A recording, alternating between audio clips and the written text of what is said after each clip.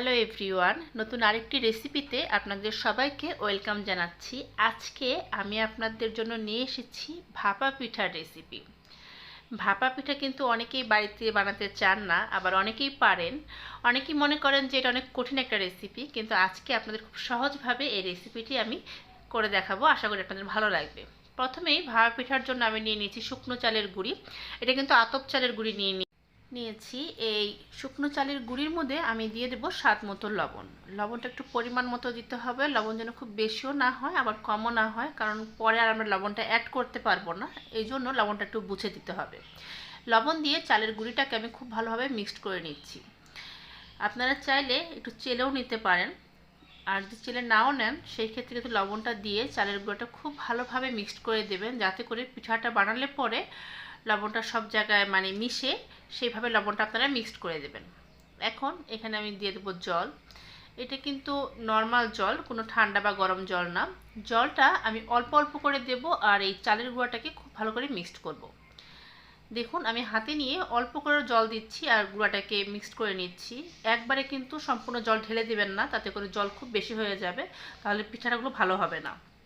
আমি যেভাবে করছি আপনারাও ঠিক এই একইভাবে অল্প করে জল হাতে নেবেন, আর এই শুকনো চালের গুঁড়ির সাথে জলটাকে খুব ভালো করে মিক্সড করে দেবেন। আমার এই রেসিপিগুলো যদি আপনাদের ভালো লেগে থাকে তাহলে আমার চ্যানেলটা সাবস্ক্রাইব করে পাশে থাকা বেল আইকনটা বাজিয়ে দেবেন। আমি যখনই কোনো রেসিপি আপলোড করব আপনি সবার আগেই নোটিফিকেশন পেয়ে যাবেন।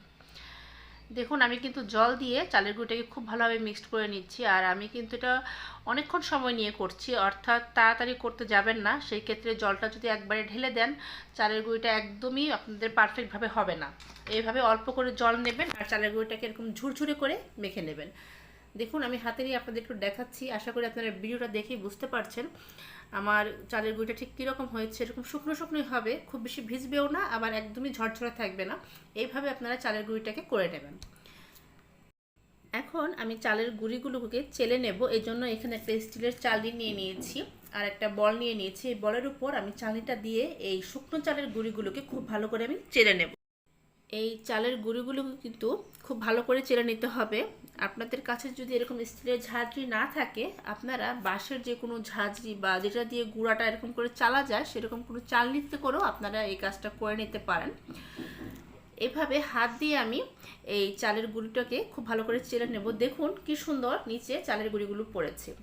আপনারা জলটা যদি একদম পারফেক্টভাবে মেপে দিতে পারেন সেই ক্ষেত্রে কিন্তু গুঁড়াগুলো ঠিক এরকম পারফেক্টভাবে হবে, যেটা দিয়ে ভাপা পিঠা তৈরি করলে পিঠাটা খুব ফুসফুসে হবে, অর্থাৎ খেতে ভালো লাগবে। আর যদি জল বেশি হয়ে যায় সেই ক্ষেত্রে কিন্তু পিঠাটা এরকম ভালো হবে না। আবার যদি জল কমও দিয়ে দেন সেই ক্ষেত্রে কিন্তু পিঠা বানালে পরে পিঠা কাঁচা থেকে যাবে। তাই খুব কেয়ারফুলি আপনাদের এই কাজটা করতে হবে। অল্প অল্প করে আপনারা জল দিয়ে গুঁড়াটাকে খুব ভালো করে মিক্সড করে নেবেন। তারপর হাত দিয়ে এরকম চালনির সাহায্যে গুঁড়াগুলোকে আমরা চেলে নেব। আমি সম্পূর্ণ গুঁড়াটাই এইভাবে চেলে নিচ্ছি। এই কাজটা একটু সময় নিয়ে আপনারা ধৈর্য সহকারে করবেন। যত ভালোভাবে আপনারা এই গুঁড়াটাকে চেলে নেবেন আপনাদের ভাপা পিঠা কিন্তু খেতে ততটাই টেস্টি হবে।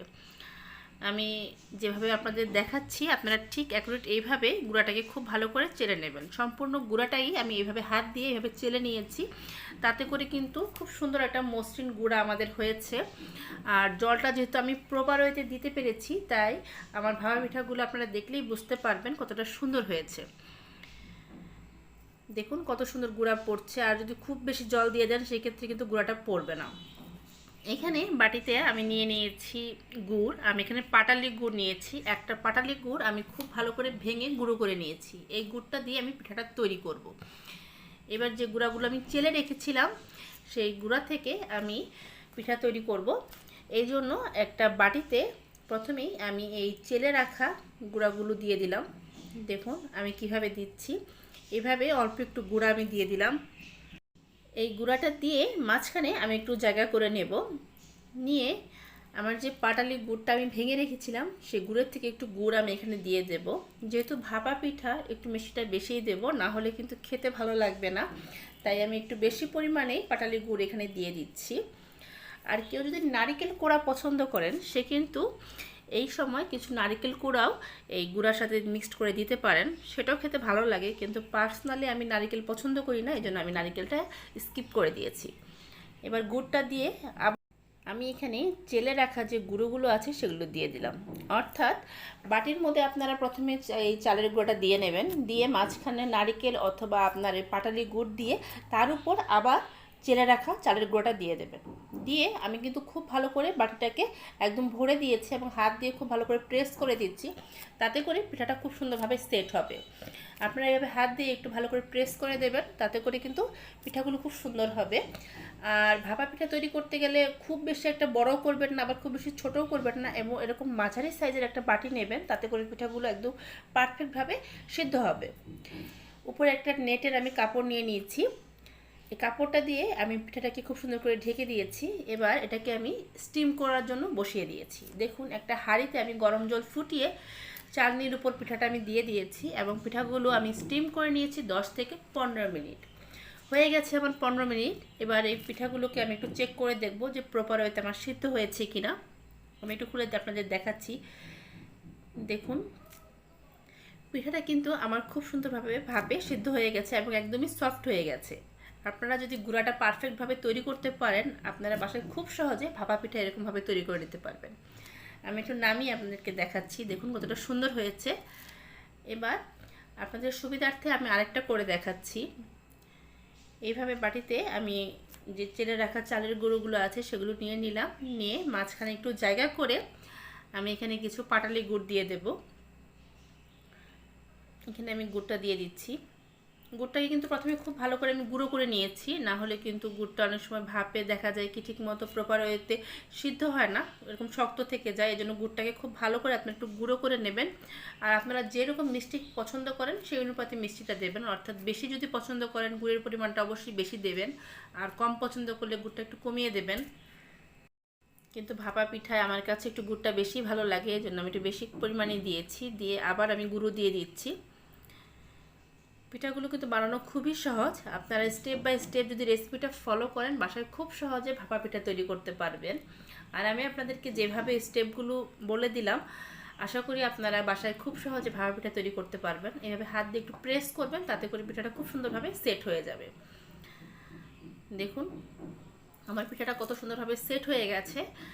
এবার আমি নেটের কাপড় দিয়ে পিঠাটাকে ঢেকে দেব। এরকম সাদা একটা নেটের কাপড় রেখে দেবেন, সেটা দিয়ে পিঠাগুলো তৈরি করলে পরে খুব সুন্দরভাবে পিঠাগুলো তৈরি করা যায়। এখন আমি এই পিঠাটাকে স্টিম করে নেব 10 থেকে 15 মিনিট। 15 মিনিট লেগেছে আমার প্রত্যেকটা পিঠা। আপনাদের পিঠার সাইজ অনুযায়ী আপনাদের সময়টা লাগবে। যদি ছোট পিঠা হয় সময় কম লাগবে, আর বড় পিঠা হলে পরে সময়টা অবশ্যই বেশি নেবেন, তাতে করে পিঠাটা খুব ভালোভাবে ভিতর পর্যন্ত সিদ্ধ হয়ে যাবে। দেখুন, আমি নেট থেকে তুলে নিচ্ছি, আপনাদের একটু ক্লোজ করে আমি দেখাই। দেখুন কতটা সুন্দর হয়েছে। আশা করি ভিডিওটা দেখে আপনারা বুঝতে পারছেন যে পিঠাগুলো কতটা সুন্দর হয়েছে এবং খেতেও কিন্তু খুবই ভালো হয়েছে। আপনারা বাসায় এইভাবে খুব সহজে ভাপা পিঠা তৈরি করতে পারবেন আশা করি।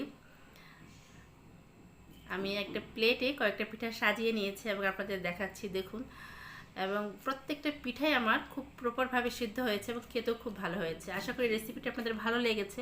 আবার ফিরবো এক নতুন রেসিপি নিয়ে। সে পর্যন্ত সবাই ভালো থাকবেন। ধন্যবাদ।